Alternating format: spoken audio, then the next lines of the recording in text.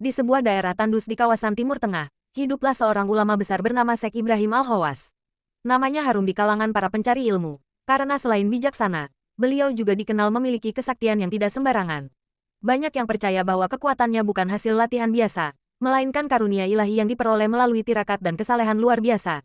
Asal-usul kesaktiannya bermula dari masa mudanya yang penuh pencarian rohani. Beliau menghabiskan tahun-tahun awal hidupnya dengan beribadah di gua-gua sunyi, hanya ditemani kitab suci dan segenggam kurma. Suatu malam di tengah kegelapan padang pasir, beliau bermunajat dengan sepenuh jiwa.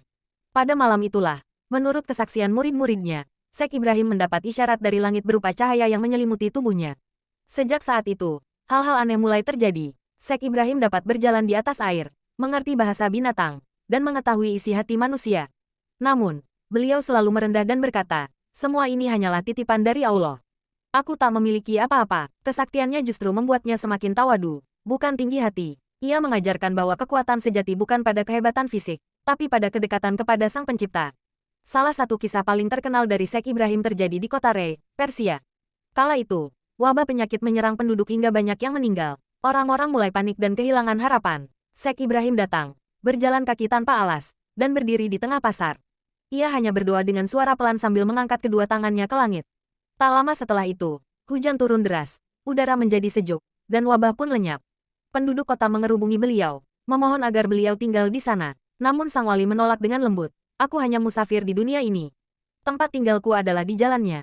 Ia lalu melanjutkan perjalanannya ke tempat lain, tanpa pamrih dan tanpa jejak ingin dikenal. Meskipun beliau tidak ingin dikenal, jejak spiritualnya tak bisa dihapus. Banyak murid mencatat segala perkataan dan amalnya, menjadikan beliau sebagai contoh hidup zuhud sejati. Dari kota Rey, kisahnya menyebar hingga ke Mesir, Andalusia, dan Asia Tengah. Banyak ulama besar di kemudian hari yang mengaku terinspirasi dari laku hidup Syekh Ibrahim Al-Khawas. Kesaktian Syekh Ibrahim bukan hanya tampak dalam mukjizat fisik, tetapi juga dalam keilmuannya. Ia mampu menguraikan makna ayat-ayat Al-Quran dengan kedalaman yang membuat para ulama senior terdiam. Pernah suatu kali, seorang filsuf terkenal mencoba menguji beliau dengan pertanyaan sulit tentang takdir dan kehendak bebas. Dengan satu kalimat, Syekh Ibrahim menjawabnya hingga sang filsuf menangis. Dalam sebuah majelis, ia pernah ditanya, bagaimana caranya agar hati selalu tenang. Syekh Ibrahim menjawab, tinggalkan dunia sebelum engkau ditinggalkan dunia. Kalimat itu menjadi terkenal dan diukir di banyak masjid serta madrasah hingga sekarang.